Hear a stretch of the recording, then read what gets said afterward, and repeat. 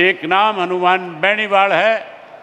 जो जाटों की लड़ाई राजस्थान में पुरजोर तरीके से लड़ने का काम कर रहा है। और दूसरा नाम, आपके बीच में दो ऐसे व्यक्ति बैठे हैं जिन्होंने अपनी कौम के लिए राजनीति से भी ऊपर उठ करके लड़ाई लड़ने का काम किया। उसके बाद अगर किसान की पहचान किसी ने देश में बनाई तो उस शख्स का नाम चौधरी चरण सिंह था। उसके बाद अगर इस देश के अंदर किसान को किसी ने ताकत दी, अगर दबे कुचले लोगों को किसी ने राजनीतिक तौर पे आगे बढ़ाने का काम किया, अगर पिछड़े का, अगर शेड्यूल कास्ट का, उसके साथ साथ कमज़ोर वर्ग के लोगों का किसी ने उत्थान किया और किसी ने ताकत देने का काम किया, तो उस शख्स का नाम किसान नेता, मेंबर पार्लियामेंट, मेरे कॉलेज के साथी भाई हनुमान बेनीवाल जी, किसान नेता युद्धवीर सिंह जी, उत्तर प्रदेश से राष्ट्रीय जाट महासभा के अध्यक्ष यशपाल मलिक जी,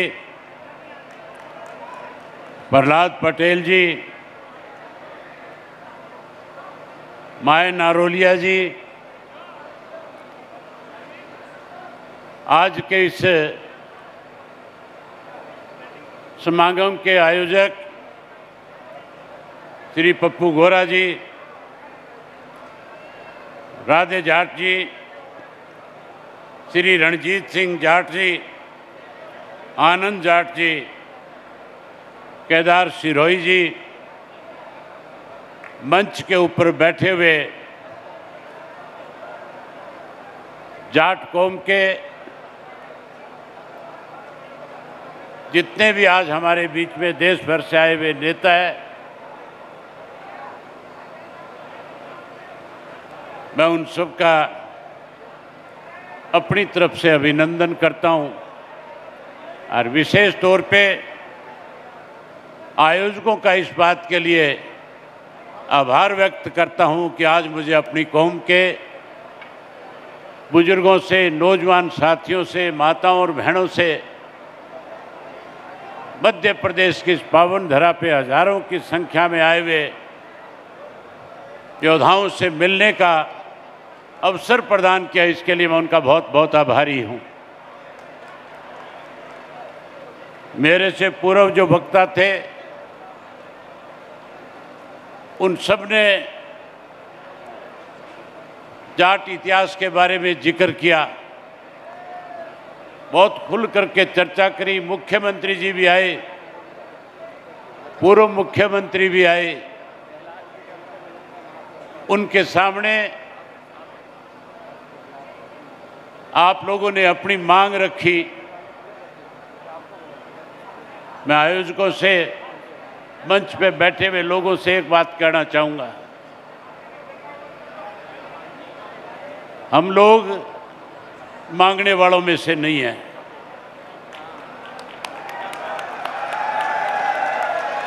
हमने आज तक मांगना सीखा नहीं। हम अपने अधिकारों के लिए लड़े।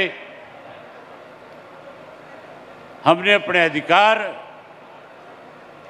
अगर हमें किसी ने हमारे अधिकार छीनने का प्रयास किया तो हमने लड़ाई लड़ करके अपने अधिकार लेने का काम किया। साथियों, हम तो देने वाले हैं, हम मांगने वाले नहीं। जब ये भारतवर्ष आजाद हुआ था, इस देश की आजादी में सबसे बड़ा योगदान अगर किसी का था तो नॉर्थ इंडिया के उन योद्धाओं का था जो जाट के घर में पैदा हुए थे, जिन्होंने इस देश की आज़ादी में अपना सब कुछ कुर्बान करके इस देश को आज़ाद कराने में बड़ी भूमिका निभाई थी। हम इतिहास को जब पढ़ते हैं, उस इतिहास में लिखा हुआ है कि 80% इस कुर्बानी के, इस आज़ादी के अगर योद्धा थे तो जाट संबंध से संबंध रखने वाले थे। ना केवल हमने देश आज़ाद कराया, बल्कि देश आज़ाद होने के बाद भी जब जब इस मुल्क के ऊपर किसी किस्म की दुश्मन देश की तरफ से मुसीबत आई, हमारी कम्युनिटी ने सरहद के ऊपर खड़े होकर के, चाहे वो 40 डिग्री टेम्परेचर था, 50 डिग्री टेम्परेचर था, इस देश में हर व्यक्ति को आज़ादी की खुली सांस मिले, इसके लिए अपने आप को कुर्बान करके, इस देश की सीमाओं की पहरेदारी करके हमने इस देश के अंदर अपनी एक ताकत का एहसास कराने का काम किया। आज ज़रूरत है समाज कैसे आगे बढ़े, हमारे समाज के बच्चों के सामने आने वाले समय में कोई दिक्कत और कठिनाई ना आए। हमें राजनीतिक तौर पे ताकतवर बनना है, हम आज ने सामाजिक तौर पे अपनी एक पहचान बनानी है और हमें आर्थिक रूप से भी मजबूत होना है, ताकि हम हर तरह की बराबरी करके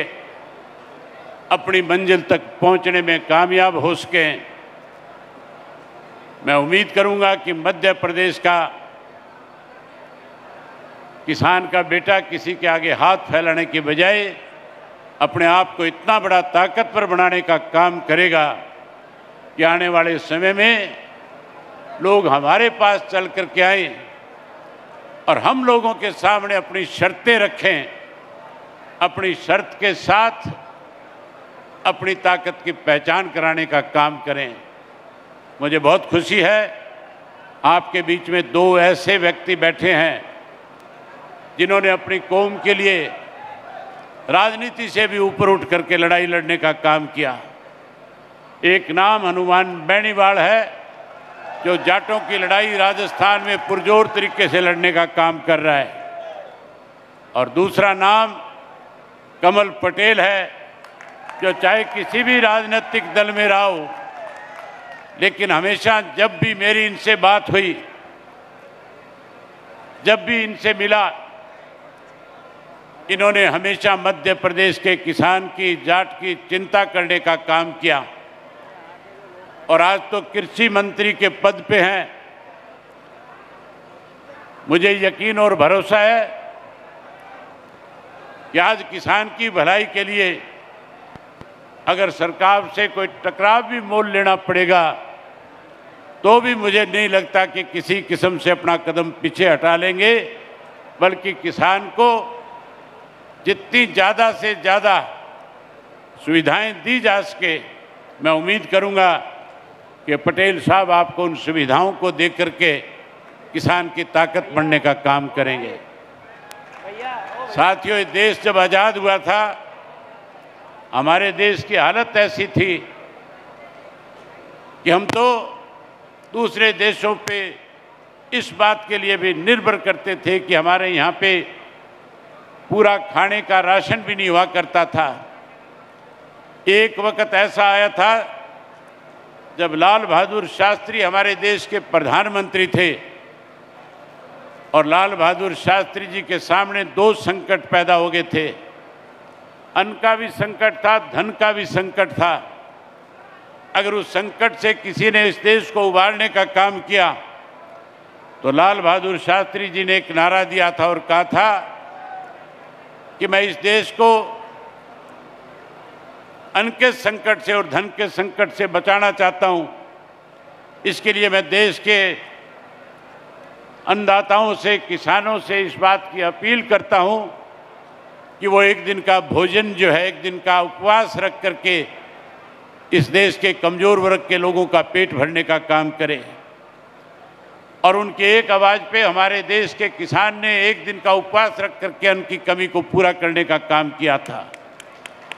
वहीं हमारी माताओं और बहनों ने अपने मंगलसूत्र तक निकाल करके भी इस देश में धन की कमी ना रहे, उस कमी को भी पूरा करने में बड़ी भूमिका निभाने का काम किया था। उसके बाद इस देश को आत्मनिर्भर बनाने के लिए सबसे ज़्यादा अगर मेहनत किसी ने करी तो इस देश के किसान ने करी और इस देश को आज इस तरह से आत्मनिर्भर बनाने का काम किया है कि आज दूसरे मुल्कों का पेट भरने का काम भी हम कर सकते हैं। आज जो हमारे किसान की अनदेखी हो रही है, जिस तरह से अभी मेरे से पहले एक गीत के माध्यम से हुड्डा साहब ने आपको बताया था कि किस तरह से इस देश में 3 काले कानून बना करके किसान को कमज़ोर करने की साजिश रची थी। लेकिन मैं बधाई देता हूं हरियाणा के, पंजाब के, मध्य प्रदेश के, उत्तर प्रदेश के किसान को, जिन्होंने 13 महीने तक दिल्ली के बॉर्डर पे बैठ करके इन तीनों काले कानूनों को जहां वापस कराया, वहीं देश के प्रधानमंत्री को माफ़ी मांगने पे भी मजबूर करने का काम किया। उस आंदोलन में अगर सबसे बड़ी भूमिका किसी की थी तो हरियाणा प्रदेश के किसान की थी। लाखों किसान अलग अलग प्रदेश से आए थे। लंबे समय तक आंदोलन चलना था। साथियों, उस आंदोलन को कमज़ोर करने के लिए बहुत सारी साजिशें रची गई, बहुत सारे आरोप लगाए गए, लेकिन हरियाणा के किसान ने, जो बाहर से आए हुए किसान थे, जहां उनका दिल जीतने का काम किया, वहीं दिन रात उनके बीच में खड़े होकर के हर तरह की दिक्कत और कठिनाई जो उनके सामने आती थी, अपना घर परिवार छोड़ करके उनकी सेवा करके उनका मनोबल बढ़ा करके उस आंदोलन को जीतने में बड़ी भूमिका निभाने का काम किया था। आज फिर किसान की अनदेखी हो रही है। आज फिर किसान को एकजुट होने की ज़रूरत है। मैं उम्मीद करूंगा कि हम लोग फिर से एकजुट होकर के अपनी एक बड़ी ताकत बना करके, चाहे देश में प्रदेश में कोई सत्ता में आए, लेकिन हम अपनी ताकत का एहसास हर हालत में उन लोगों को कराएं और हम इस हालात में ला करके सत्ता में आने वाले लोगों को मजबूर करें कि वो आपके दरवाजे पे चल करके आपकी बात से सहमत होकर के आने वाले समय में आपके बीच में खड़े हो सकें। साथियों, इस प्रदेश में, इस देश के अंदर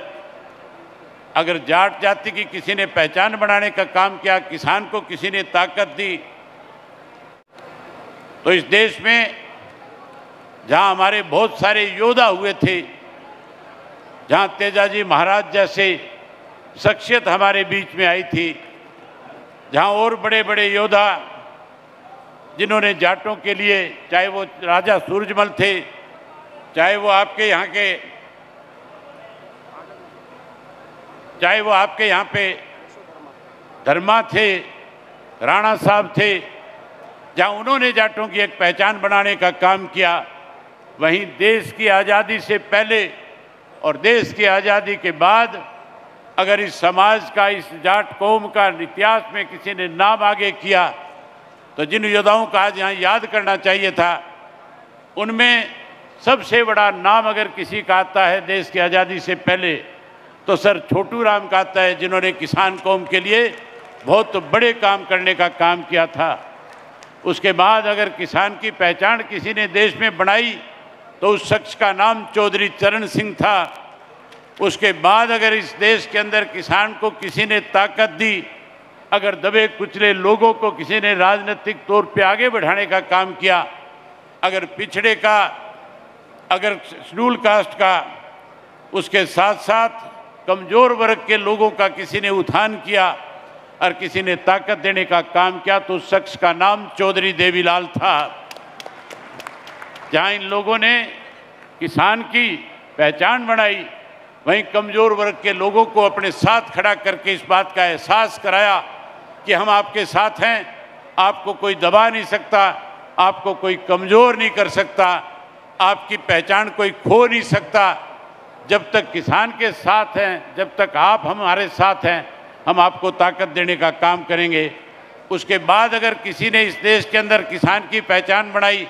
तो उस शख्स का नाम सरदार प्रकाश सिंह बादल था। अगर आपके यहाँ किसान की किसी ने पहचान बनाई तो उस शख्स का नाम भी मेरा भाई जो आज आपके सामने आपके बीच में बैठा हुआ है, पटेल साहब, जो कमल पटेल जी है, उन्होंने आपकी एक पहचान बनाने का काम किया है। वहीं राजस्थान में आने वाले समय में अगर किसान की कोई ताकत बनेगा, अगर किसान की कोई पहचान बनाने का काम करेगा तो आज आपके बीच में जो हनुमान बेनीवाल बैठे हैं मेरे भाई, वो एक बड़ी ताकत बनने का काम करेंगे। मेरा मन बहुत था आपके साथ बहुत सारी बातें करूं, लेकिन मजबूरी है, मुझे जाना है, मेरे आगे कार्यक्रम लगे हुए हैं हरियाणा में, इसलिए मैं ज़्यादा वक्त आपके बीच में नहीं रह सकता। मैं खास करके आयोजकों का इस बात के लिए आभार व्यक्त करता हूं कि उन्होंने मुझे आपके रूबरू होने का मौका दिया, आपके साथ बातचीत करने का मुझे मौका दिया। वहीं मैं कमल जी का, इनका सबका भी इस बात के लिए आभारी हूँ कि आपने मुझे आपके बीच में बुला करके इन लोगों के रूबरू होने का मौका दिया। मैं बहुत आभार व्यक्त करता हूँ। वहीं आपसे एक नारा लगवाना चाहता हूँ, जहाँ हम तेजाजी महाराज की नारा लगाते हैं, वहीं हमें साथ साथ जय जवान जय किसान का नारा लगा करके इसे अपनी कौम को ताकतवर बनाना है। भगवान तेजाजी महाराज की, भगवान तेजाजी महाराज की जय जवान जय जवान जय जवान। बहुत बहुत धन्यवाद।